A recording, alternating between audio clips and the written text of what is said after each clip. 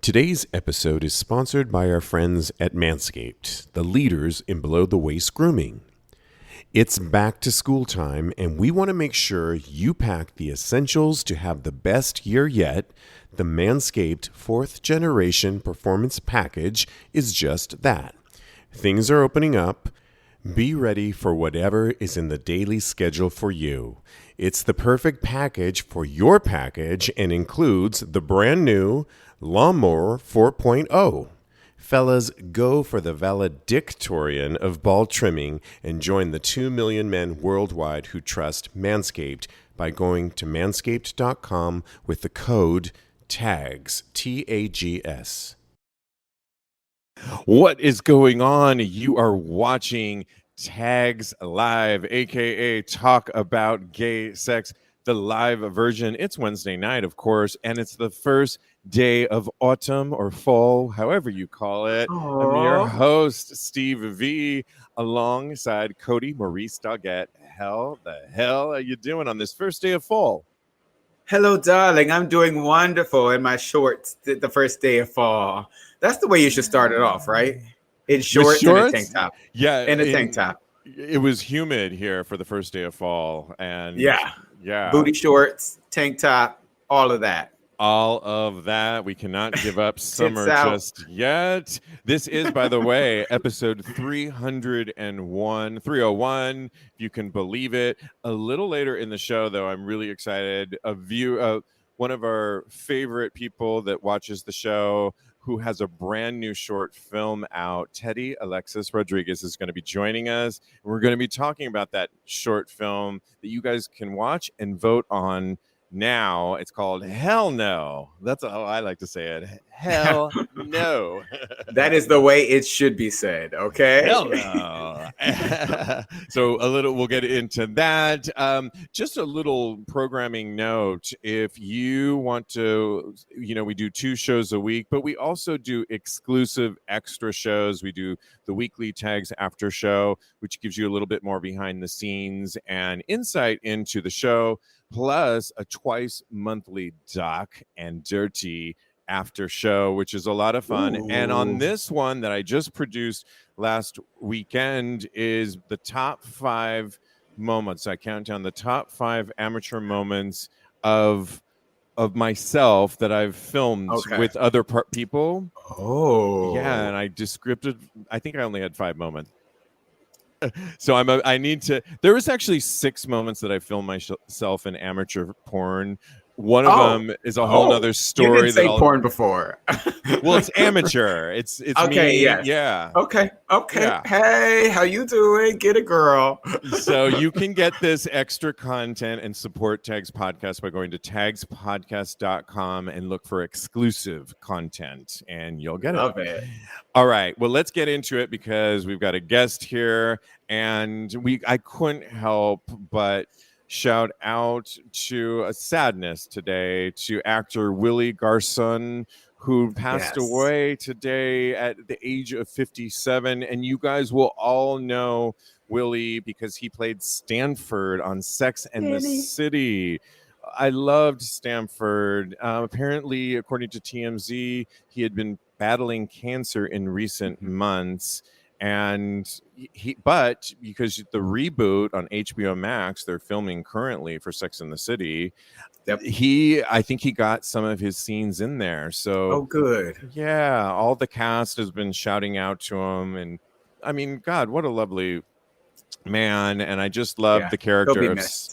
Yes, and interesting known fact on Garson, he rose to fame for his portrayal of Carrie Bradshaw's gay best friend on Sex and the City.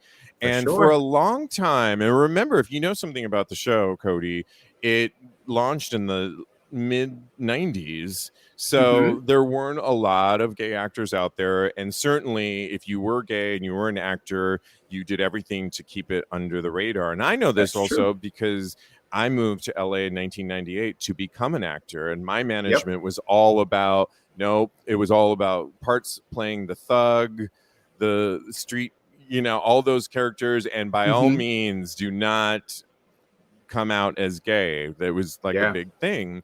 But it used to be a career ruiner.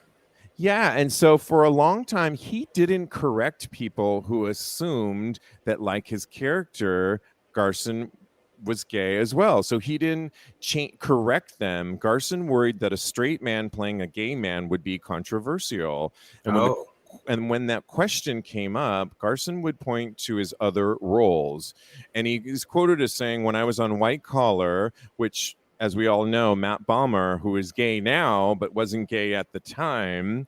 He wasn't out, yes. Willie was a character on the show, and they were friends. When I was on White Collar, no one ever asked me if I was a con man. And when I was on NYPD Blue, nobody ever asked me if I was a murderer, the actor said. And I think that's, I mean, right? But I think, I think to hear that perspective, because we've talked on the show, I know you don't like straight actors playing gay characters now so much. Not in this day and age, yes. But it was the 90s. It was a different time. And it was definitely a career ender to be out and proud. But that's not the case now. So, but I see his points and I see the validity of some of the things that he has to say. But I still think that as far as we need to give our LGBTQ family more options and more opportunities as far as acting is concerned.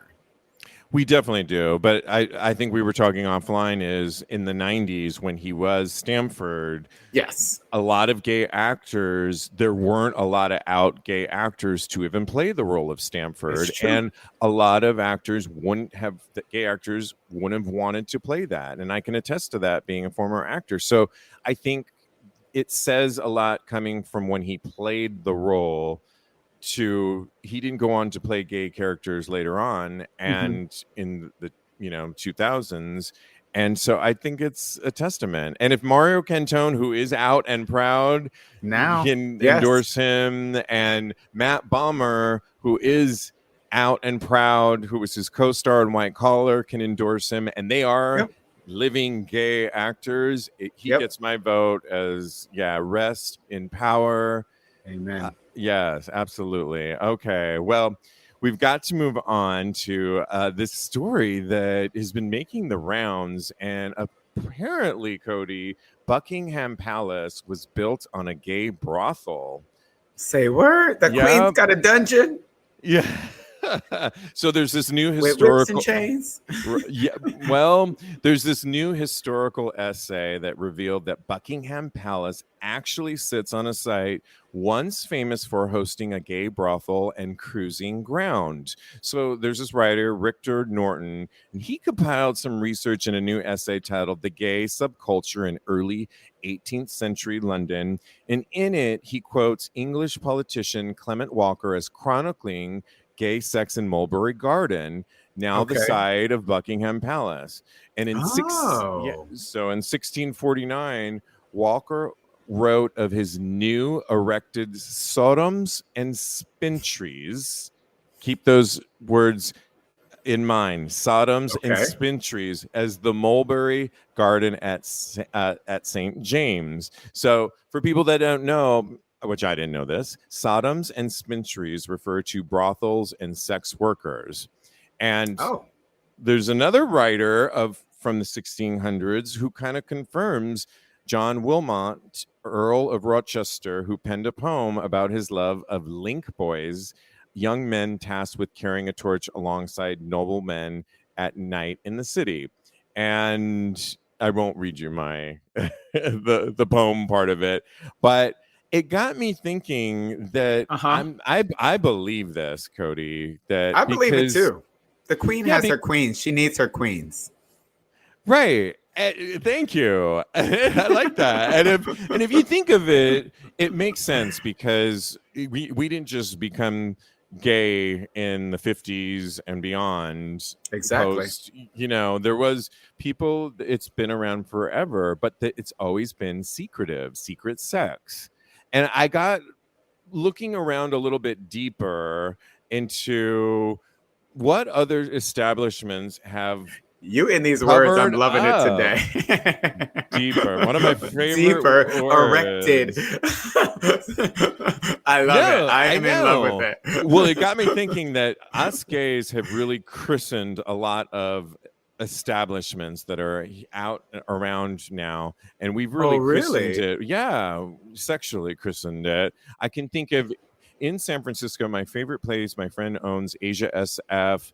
It features transgender performers and a staff, and it's amazing. It used to be the Pit, which underground sex dungeon, really. But I think that's a nice example of transitioning literally into Asia SF, which I think is a good one. We all know the West Side Highway here in New York City was known to have hookups all the time. Dos Caminos is a restaurant that there's several of them here in New York City, but the one in the meatpacking district used to be the Vault.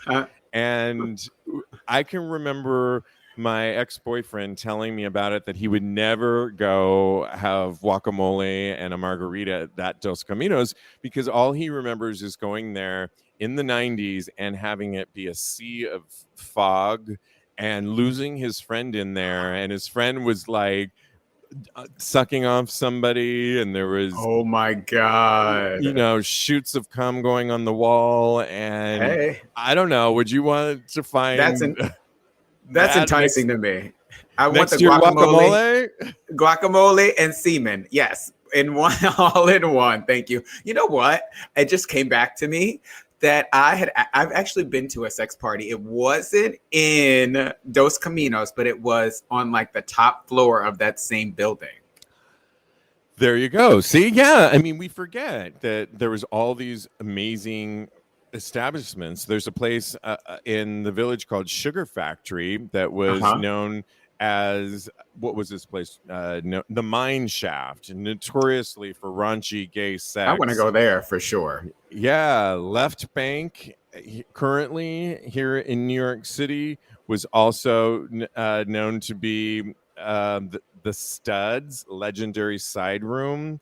What else do we have? Shake Shack was known to be, Shake Shack in Times Square was the Adonis male porn adult theater. Ooh, I've been to plenty of those, I feel like. Don't you miss those? I do miss those. I think they still exist in like more rural areas of the country, but here now. Yeah. There was one, I'm so happy I came to New York in 1994, and there was a place called The Gaiety, and it was in Times Square, and it was a theater that obviously showed gay porn, but literally had a roster of talent that would perform, and they would perform right in your face.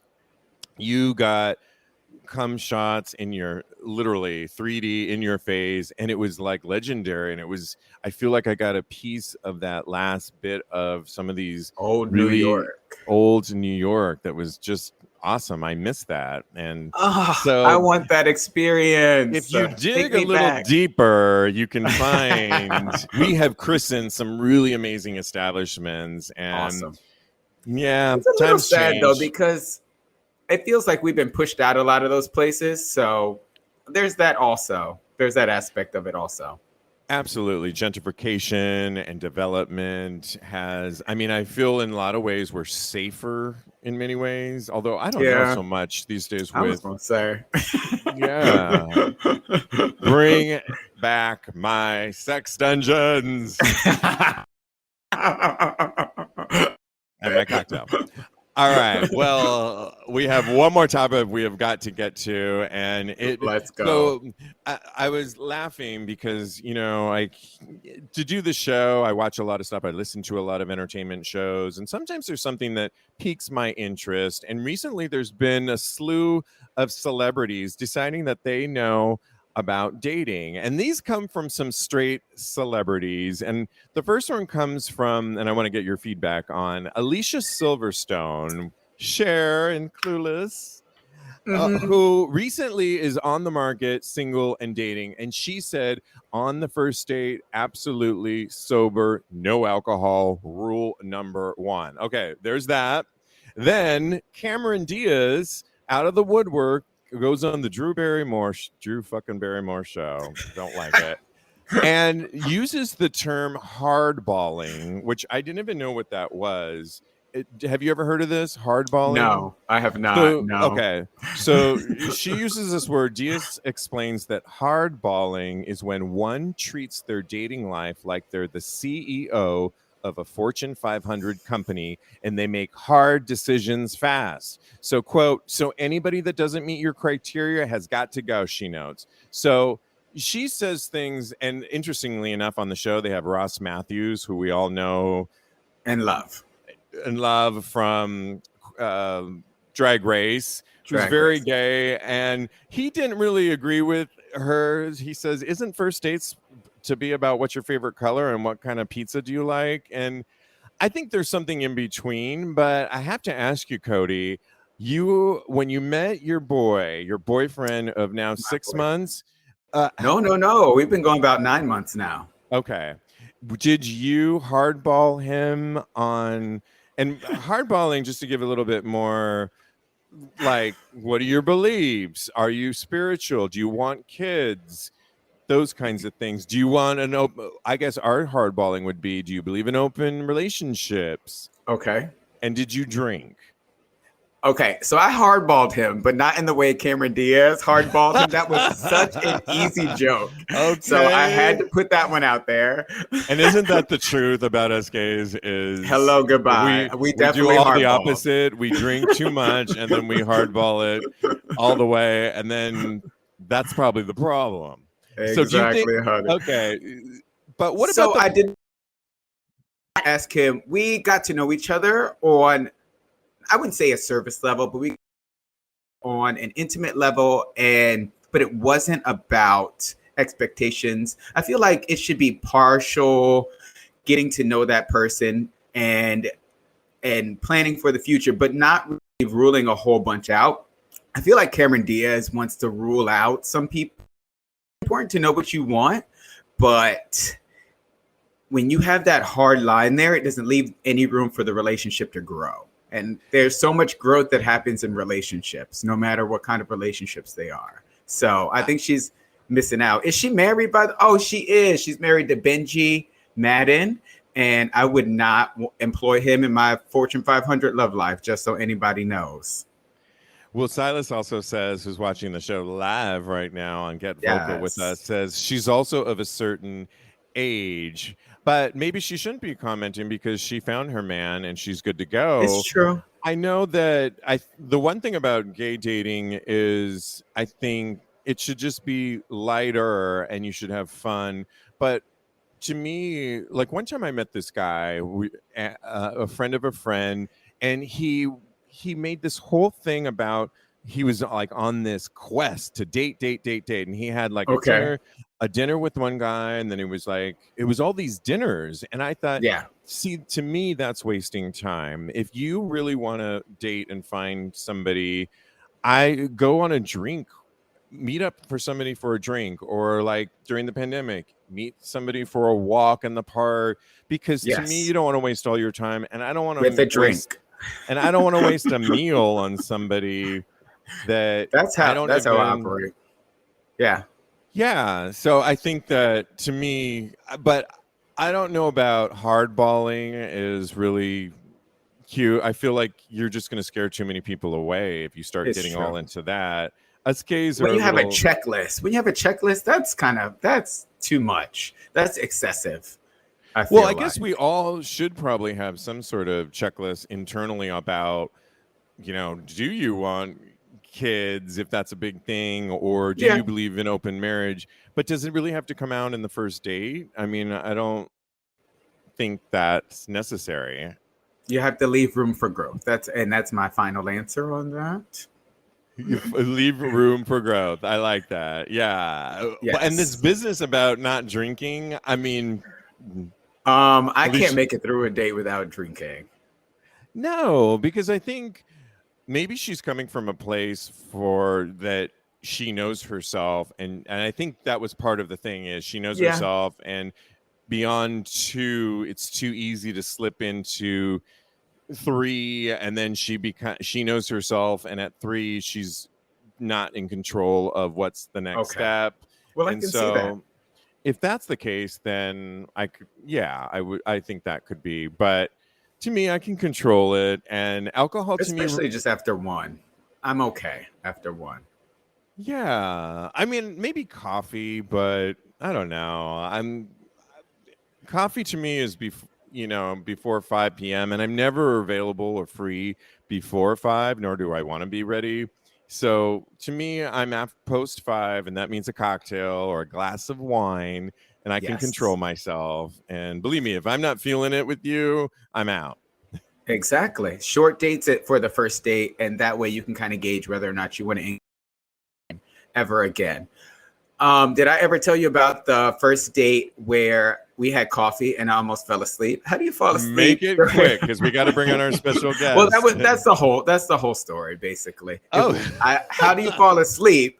Somebody is that boring that you can fall asleep during over caffeine. Over a coffee date. Yes, exactly. Hey guys, your buddy Steve V here, and it is back to school time, and I'm thinking about when I went to college, particularly my freshman year at UC Berkeley. I was on the gymnastic team, and we would compete in barely underwear. It seemed like they were so tight. Boy, did I see some packages. They were so nice to look at, but I definitely wanted to look good during that time and keep my underarms trimmed. My rings was the best apparatus for me, and you wanted to trim that up, but no stranger to taking a beating to my body with all of the accidents and scrapes and burns that we got in gymnastics. My God. Oh, and forget about landing on the horse and your nuts. Ouch.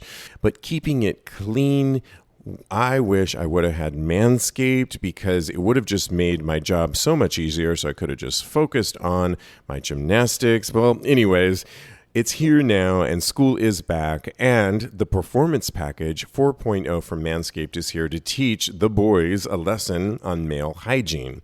And inside, you'll find their Lawnmower 4.0 trimmer, Weed Whacker ear and nose hair trimmer, Crop Preserver ball deodorant, Crop Reviver toner. Ooh, that would be good in between gymnastic events. Plus, you get 2 free gifts. I'm talking about the Performance Boxer Briefs and the Shed Travel Bag. This package includes the brand new Lawnmower 4.0 and will give you the confidence to do anything you desire. New year, new you. And their 4th generation trimmer features a cutting-edge ceramic blade to reduce grooming accidents thanks to their advanced skin-safe technology. It also allows you to shave your pencil down and customize your trim through additional guard lengths with sizes 1 through 4. The package also comes with the Weed Whacker to chop your worst weeds up top in both your nose and ear. The Weed Whacker is also waterproof and uses a 9,000 RPM motor-powered 360-degree rotary dual-blade system. This nose and ear hair trimmer provides proprietary skin-safe technology which helps prevent nicks, snags, and tugs in those delicate holes. And after trimming your pubes and cleaning your hole, show them some love with the Manscaped liquid formulations. I'm talking about the Crop Preserver ball deodorant and Crop Reviver ball toner are here to get you ready for class during the day and ready to party at night. So Manscaped also threw in 2 free gifts to their Performance Package 4.0, the Manscaped Boxers and the Shed Travel Bag. One is a comfy front pack for your balls, and the other is a backpack for your goods. So get 20% off plus free shipping with the code TAGS, TAGS, by going to manscaped.com. That's 20% off plus free shipping with the code TAGS at manscaped.com. This year, graduate with a degree in clean balls from Manscaped. Do you have a cabinet full of acne treatments and skincare products, but don't even remember what half of them do? Hey guys, your buddy Steve V here, and I've been known to be a sucker for skincare products, but, to be honest, I've always taken care of my skin, even as a little boy when my mom used to buy me Sea Breeze. Do you guys remember that? Sea Breeze? To clean the dirt on my dirty skin and prevent acne. But after overpaying and consulting professionals like dermatologists over at Apostrophe, I've learned less is more, and good skincare doesn't have to be expensive at all. You just have to pick your products wisely and always use SPF. So here's the deal. It turns out most skincare products don't do much. The best way to treat acne is with fewer products that are clinically proven and customized to your skin. And that's why I'm excited to partner with Apostrophe. Apostrophe is a prescription skincare company that offers science-based oral and topical medications that are clinically proven to help clear acne. Apostrophe connects you with a board-certified dermatologist who will create a personalized treatment plan that is perfectly tailored to your unique skin. All you got to do is simply fill out Apostrophe's online quiz about your skin goals and medical history, then snap a few selfies, and your dermatologist will create your customized treatment plan. Apostrophe treats acne, and they can also help you hit your other skincare goals like reducing redness, wrinkles, and even dark spots. I can tell you my experience with Apostrophe online was so easy. All I did was upload a few close-up selfies of my skin and fill out this thorough yet short questionnaire of my skin. Dr. Skindamis circled back the same day with my very own skincare regimen. I loved how quickly my prescription arrived to my house so I could get started, and I can honestly say that my product has visually improved the appearance of my skin tone. It's appearing more even and smooth while fading away the two dark spots I've always wanted to cover up. The entire experience was seamless, and I'm really loving the results. Well, we have a special deal for our audience here at TAGS. You can save $15 off your first visit with a board-certified dermatologist at apostrophe.com/tags when you use our code TAGS, TAGS. This code is only available to our listeners. So to get started, simply go to apostrophe.com/tags and click Begin Visit. Then use our code TAGS at sign up and you'll get $15 off your dermatology visit. That's apostrophe, apostrophe.com/tags. And use that code TAGS, TAGS, to get your dermatology visit and save $15. And we really thank Apostrophe for sponsoring TAGS Podcast. Hear that? Is that America cheering or a sausage patty sizzling to perfection? It's time to cheer for Egg McMuffin and fresh cracked eggs at McDonald's. It's time to wake up to the aroma of freshly baked biscuits and treat yourself to a real honest-to-goodness morning meal. Breakfast, it's on at McDonald's. Now get any breakfast sandwich for just $2. Available only through the app. Mobile order and pay available at participating McDonald's. McD app download and registration required. I love it. Bum, bum, bum. I love it. Well, on that note, we've got to bring in our very special guest, Teddy Alexis Rodriguez. Grab a spot. Yay, applause, and join the show. Applause, applause. Hello, hello. Hello, darlings. Hello, darling. How are you?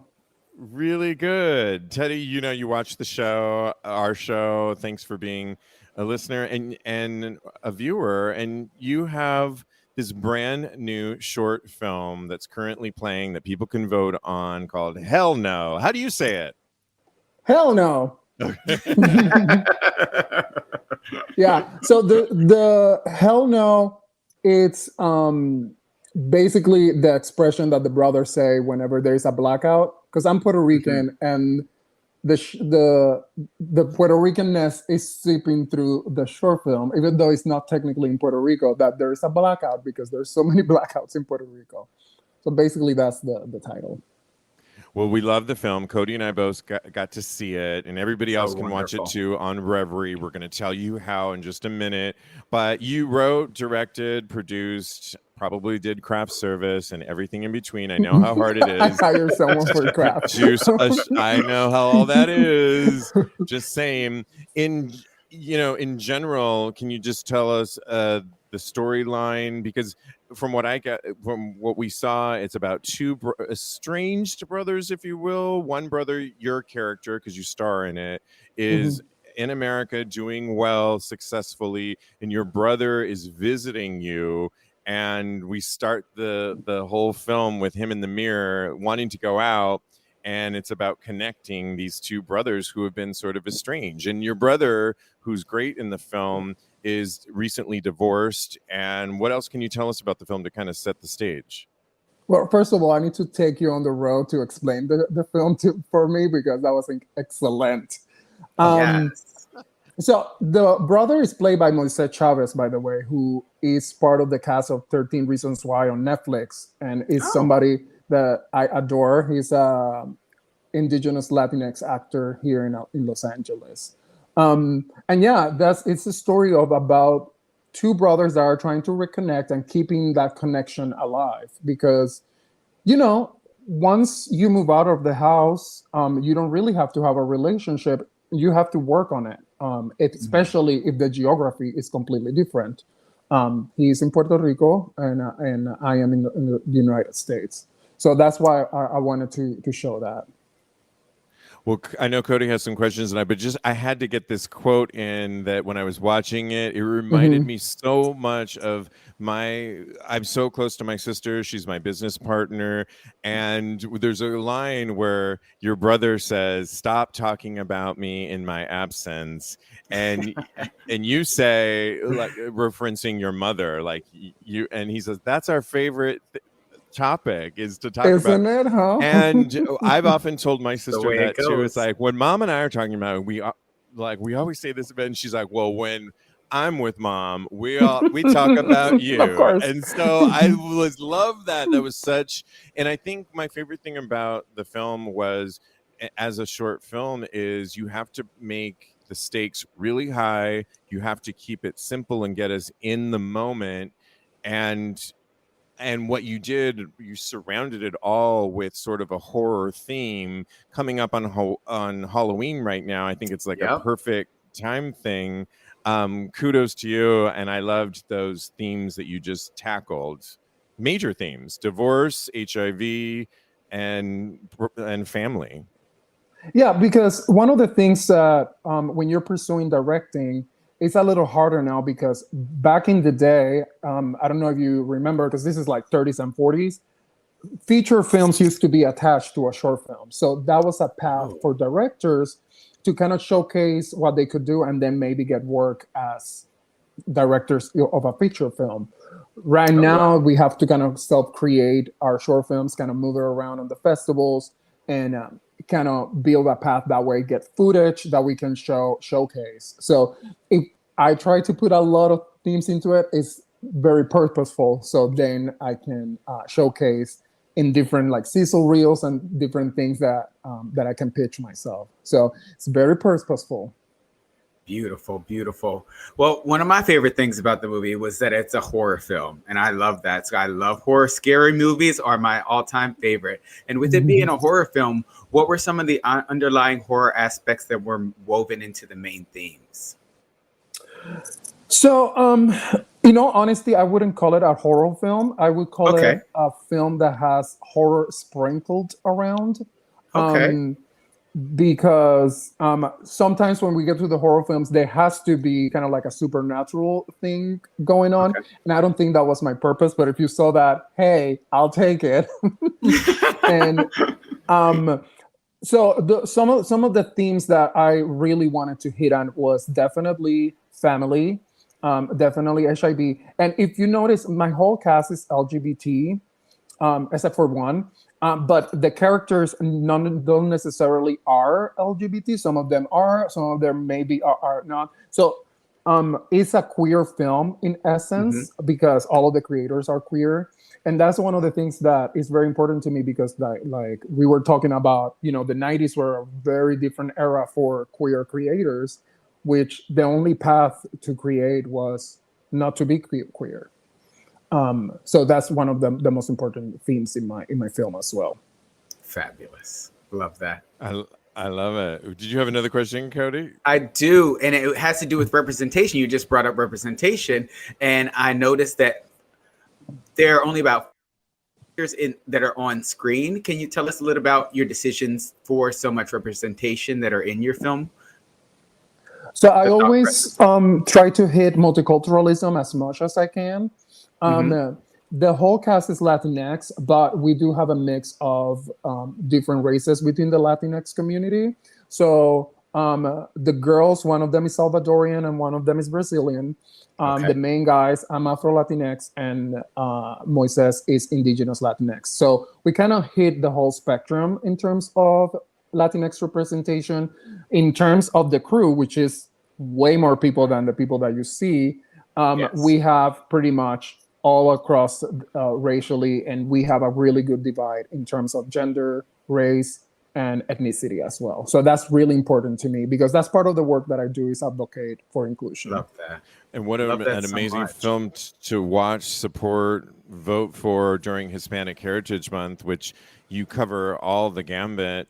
I just love the themes that you really cover in this. And one of them that's subtle is your brother that is not living in the US, and then you who has essentially kind of made it, and that bond that is really there's a book that I read back in college called Borderlands about the whole borderlands of Chicano and being of Mexican descent, and then being of an American Mexican descent, which is like myself, and that bridge that you captured and wanting to show that families are like that often. I think my sister and I were the first two, not just in my immediate family, but in all of our relatives, the only two to have gone to college. And I know that was such an important thing for my parents. And you covered that subtly, impactfully in this short film, along with so many themes. And so I have to like give so many props to that, because that's a reality of so many of our people. Thank you. Thank you for saying that. And yes, it's very subtle, but I have to honor my ancestry. My grandparents were sharecroppers. My parents were the first generation. Both of them are first generation college students. And for me, 2 generations later, to be able to have a privilege, because it is a privilege to create film, is something that it wasn't even accessible 2 generations ago for me. So that is something that we really need to honor, because that's part of my identity. So thank you. You know, there's a poignant line at the end, towards the end of it, where your character, who's gay, HIV, who's trying to connect with his brother, says, "I'll protect you." And I couldn't help but think that I love that line, "I'll protect you." We all want to be protected. And was there anything about that you wanted your character to say that, your gay character to say that to your straight character, that changes perceptions about our LGBTQ perceptions out there? Yeah, I mean, I think it's very intentional, because if you see the characters that we've seen, especially characters that are positive, they're always at the end of their lives helpless, and it's a different era, right? We have PrEP, we have so many things that give people that are HIV positive a complete life.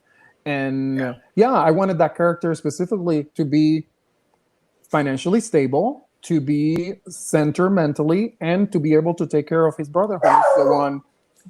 I hear a dog. This is what happens. Dogs. I love dogs.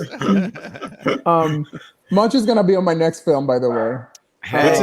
What's his that's name? A dog that I take care of. His name is Mochi. It's a white poodle. Mochi, I love it. Oh. Yeah, so I wanted that to be very purposeful. Yeah, definitely. Okay, well, without giving away too much more, unless Kodi, you had another question, we have to promote this film because you guys can all watch it. Any other questions before we promote this film? I just am so curious about how, without ruining the end, how did you come up with the end? Because it's such a twist. I did not see it coming, and it just shocked and surprised me. I just want to get into your brain and kind of figure it out. Okay, so I'm not going to tell you much about the ending. But one of the people that I really like as a storyteller is M. Night Shyamalan, the Black Indian director. He did Sixth Sense, Lady in the Water, all those films. Yep. So I'm always down for a big twist. But Yeah, I'm gonna leave it at that. Okay, no, I didn't want you to give away too much. I was like, should I even ask this question? But, but I'm so curious. Well, I really loved it, and we want you all to watch it too. And correct me if I'm wrong. But people, it has been playing since September 7th through September 30th. So there's still time at the Queer X Film Festival, which is live on the Revry app, REVRY, Revry app, which people can go on there and they can vote for your film. Tell us a little bit about how they can view it, and we want you to win this. So the Revry app is really cool because it's an app that has a bunch of channels and has all queer content. And one of the channels is playing the festival. So, and you don't even need to sign up. It's just like literally you download the app and you can start watching. We're nominated for Best Comedy Short. And I'll send you the link so we can get some votes, because it will be great to win that award. And the festival is kind of like Outfest, but a little more quirky and a little more campy. So the content is really fun. There's a bunch of great filmmakers. There's Brandon Manglish, that is one of my good friends. Sebastian Lacoste, actually friend of the pod. He has one of his films there too. He's in the drama category, so you can vote for both of us. I'm voting for both of you.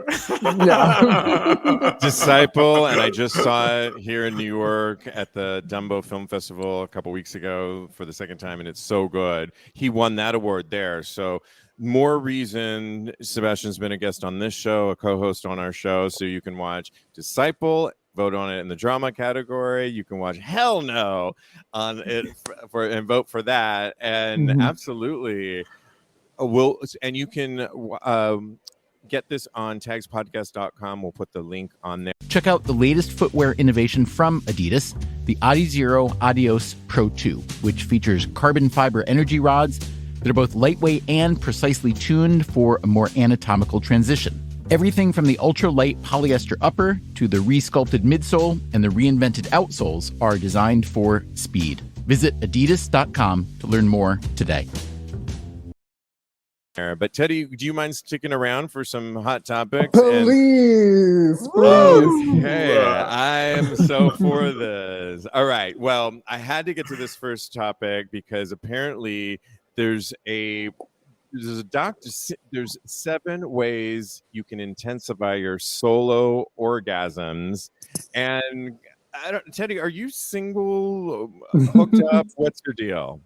I am very single. I love it. Purposeful, very purposeful. Like I said, I do everything very purposeful. So I'm open to invitations, hookups, dates, all of that. Okay, I love that. Thanks for putting that out there. Absolutely. She put the invitation out there. I love it. Okay, Kodi now is clutching his pearls. Okay. Right. And so there's this new article out. I will post this on TAGSPodcast.com. And there's some tricks of the trade that will give you the best orgasms possible without a man. Kodi, I know you're a big masturbation person. So I am. Whether you're tired of Grindr or you just want to feel a little special, here's some of the tips. And Julia Margot, she's the COO of this innovative sex toy brand, Hot Octopus, tells us research even indicates that regularly ejaculating can decrease chances of prostate cancer. Oh, we definitely want to avoid that. So this first one, I'll just read you a few of them, but raise tension in your legs. So it's a super simple tip that you can do by elevating your solo orgasm. So when you're masturbating on your back, lying on your bed as you are about to come, lift your legs up and hold them there, because our stomachs tend to tighten during moments of pleasure, and it can help lean into this further, and you should feel a little bit more. I'm all for this one because my legs are usually in the air during sex, but I do have one thing to say about this during sex is if you are fucking me and I'm getting close and I'm jacking off, do not lean into me so much that I can't jerk myself up. How do you know? True. You're usually on top. I'm talking I am to on you. top. I'm on top, but I hate when they get really close and I can't like feel everything down there. Right. And so my whole thing is oftentimes they get so close that the legs are like by my ears and I can't get to and they're like, yeah, baby, come. I want to see you come. It's like, I can't because you're fucking ruining my jack off arm here. Move away. But I don't want to ruin the moment. But I'm doing this PSA right now to all you all out there to lighten up. If you really want us to, yeah, baby, I want to see you come, then let us have that full reign to jack off, and we will. Well, also, like 101 topping, if the bottom is about to come, is that because what you're doing is helping. So why are you changing the position? That's a bad idea. Right. Stop leaning in so much. There it is. I love tips from a versatile. I know from the both sides. Okay, we got that. We're single and you're versatile, and you have a new movie out. I guess I'm not sharing this in my social media. And I also noticed something. I don't know that I ever noticed this, but whenever you sign into our Get Vocal live show, it says PhD. Speaking of our earlier story about hardballing, are you a PhD, Teddy? Yeah, I do have a doctorate. It's not an innuendo. I love that. And so with hardballing, according to Cameron Diaz, he checks off that box of Look, can I give an opinion on that topic, or we're too late for that? No, go ahead. When you're trying too hard at the beginning, it's a problem, because sometimes somebody will bring something that you don't like, but they complement literally 98% of the things that you want. So it's true. Right. And you know what? If you're so hardballing it and not the way you were, Kodi, like it's too structured. And to me, I like to think everything's always an acting thing for me. I like to think of it as Second City or The Groundlings. I want inspiration. I want you to say something that's going to spark, and that's going to spark something really about me that I really like, that you're going to learn about. And if I'm so into, like, do you have a PhD? Do you want kids? Do you are you Latino? I am so in my head, and I'm not. And lastly, I'll say about that is I love laughter and humor, and you don't get all that if you're so like. Yeah, so it's now, like jazz. You got to leave the room for the interpretation. What you know about jazz? Oh, I know plenty about jazz. Okay. We need to go to the jazz club. Yes. All right. Don't forget about the balls, she says. The balls, tug them, pull at them, Samantha, the doctor says. Before you ejaculate, your balls move up. As we all know, they kind of shrivel up there to give power to your squirt. So push them up as a little higher up there, and it should increase the intensity of your ejaculation. This is according to Arlene Goldman, who is also a PhD and the co-author of Secrets of Sexual Ecstasy. Talk about hardballing. We are just a fancy podcast right now. We got 2 PhDs on deck right now. There we go.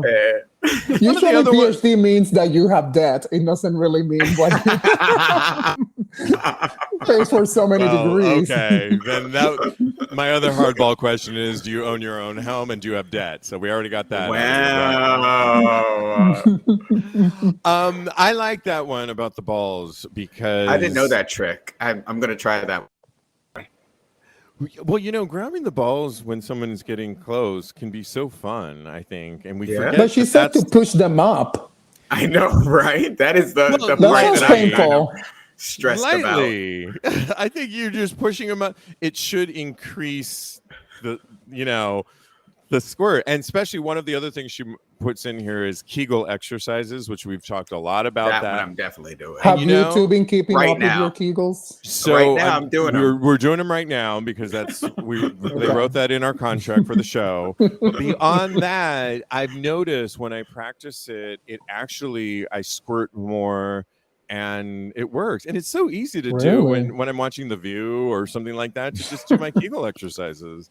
I mean, if I squirt more, I'll put a hole in the wall. So I don't know about that. Okay. Wait, so you're telling me you're watching Whoopi Goldberg while doing Kegels? Is that what you're saying? So as Kegel exercises aren't a sexual thing. They're just an exercise. And so I did squats earlier today and I wasn't thinking about sex, but that's going to get me laid when I go to jockstrap night, maybe later on tonight. And so sometimes we just do things to, increase. Lastly, you can double hand yourself. So while coming hands free is definitely something we all want to try, doubling down on the task also works. So if you don't, essentially 2 hands, place one hand around the base of the penis and the other above and stroke. The idea is that you're stimulating the entire penis. And I do like that one. There's another one in there that says don't be afraid to take time, because we always masturbate, a lot of us do, in 2 minutes, 5 minutes increments. Fast forward to that moment and really allow time, hours, a date night with yourself, and figure out other parts of your body that are stimulating. Do you like that, Teddy? I like to take my time. Yes. And I masturbate every day, and it's like at least 20, 30 minutes. I got to do that. Oh, wow. You schedule in 20, 30 minutes in the day? It's my pre-sleeping thing. Yeah. Nice. Well, I mean, I'm single. I got to do something. One of the things that's also in the article is if you masturbate daily or multiple times a day, don't masturbate for a week or 2 weeks, and it'll intensify your so that might apply to you. That's true, Kodi. Yes. I do that one a lot. Yeah. Okay. I do not believe in fasting when it comes to masturbating. Neither do I. That's why I remember it, because I was like, I never do that. Wait, she said there was like some toys, and they never mentioned the toys. She said, and generally in toys, using toys, all kinds of toys. And but what was that about the octopus? So octopus is, I don't know what that one is. We're gonna have to find out. It's the world's first guy braider. Why do we have to have a guy braider? That is so ill. I have this really cool, it sounds weird because it's this glove, it's satin glove that is electro. You turn it on with a switch and it vibrates. So literally it's like my hand. It would be good for Halloween to touch people, like if I created a whole look. And when you touch people, it vibrates. So when I put it on my dick, it vibrates my dick.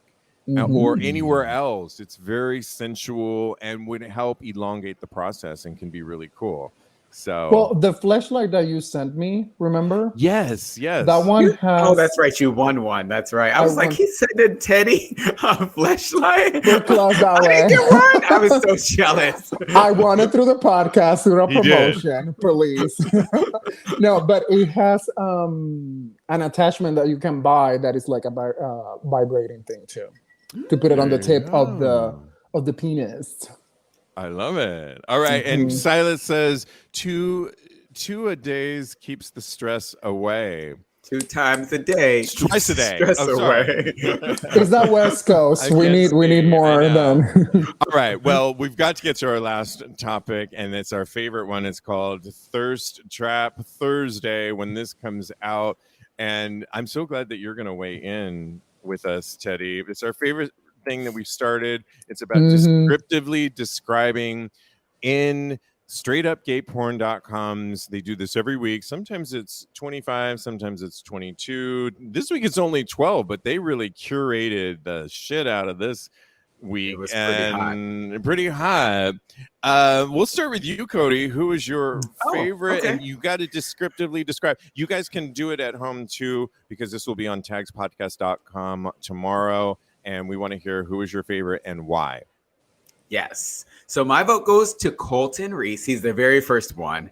So, and he's facing front. It's a facing front shot. So that's already a new thing for me. And he's not, because he's not showing any ass, and he's in the bathroom. And I don't usually like those, but I feel like I had to give a little bit of love to them because I don't usually like those kind, because like they have gel in there and all kinds of their products on there.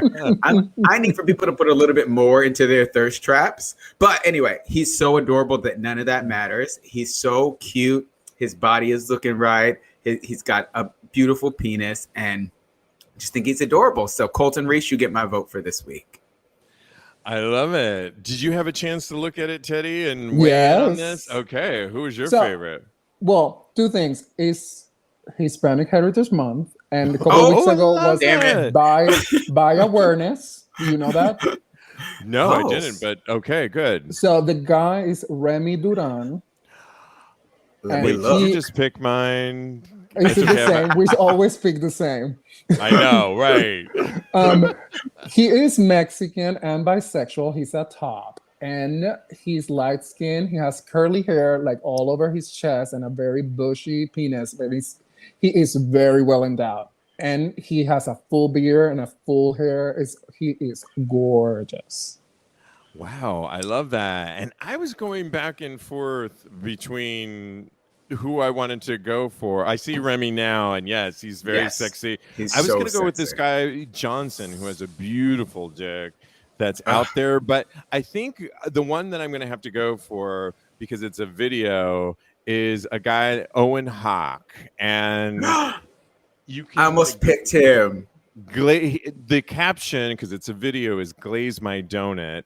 And he's shirtless, and he's looking come hither over his shoulder, and he literally, with the black jeans that he has on, it's like a donut ass, and then he takes it down because he's not wearing any underwear, and I'm watching it right now. It is the most, it's almost like one of those toys that they created, the thing that you wanted, Kodi, that those fuckable ass toys. I do want one of those. Yes, he looks like he modeled for one of those ass rubber toys. I would like his. Fuck.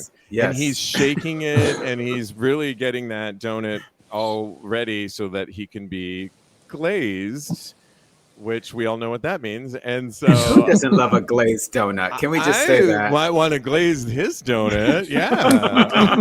Look at you. You're exploring your top side. I love it. I am. Well, the pandemic changed you, Steve. I know. It's really, really. Yeah. Silas says that he likes Sean Raymond, who's the very last one, and it's a video that you said that you liked him too, Steve. Yes, a lot. Yes, and he's gorgeous. So, absolutely. Mm-hmm. All right. Well, we have got to wrap this show. It's been so much fun having you on the show, Teddy. Thanks for playing along for the rest of the show. Thank you so much for having me. It was a treat. How can people follow you? So my website is teddyrodriguez.com, and you can find all of my social media there. Whatever you use, I'm on it. And then they should go to Reverie, the app, and watch the film Hell No. Mm-hmm. Hell No.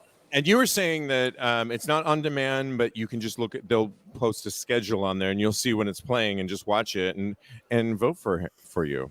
Exactly. Correct? So there's a little TV guide that the app has. Yeah. Well, congratulations on the film. I really, really enjoyed it. I know Kodi did too. And likewise, I did. I saw you have a bunch of stuff coming up, so please come back anytime to talk about the new projects. We love it. And weigh in on some of the hot topics. It's been so much fun. Thank you so much. Absolutely. You can always follow Kodi at Mr. Maurice. Follow him. There's trap coming. Okay now. And follow us on TAGSPodcast. Thanks so much, and keep having hot gay sex. Thanks, yes. I'm Katie Grossman, the ultramarathon runner sponsored by New Balance. I'm also a creative professional, wife, and mom. Life has gotten crazy, especially after battling a tumor, but running still improves my life, both physically and mentally. Go beyond the run at newbalance.com. Check out the latest footwear innovation from Adidas, the Adizero Adios Pro 2, which features carbon fiber energy rods that are both lightweight and precisely tuned for a more anatomical transition. Everything from the ultra-light polyester upper to the re-sculpted midsole and the reinvented outsoles are designed for speed. Visit adidas.com to learn more today.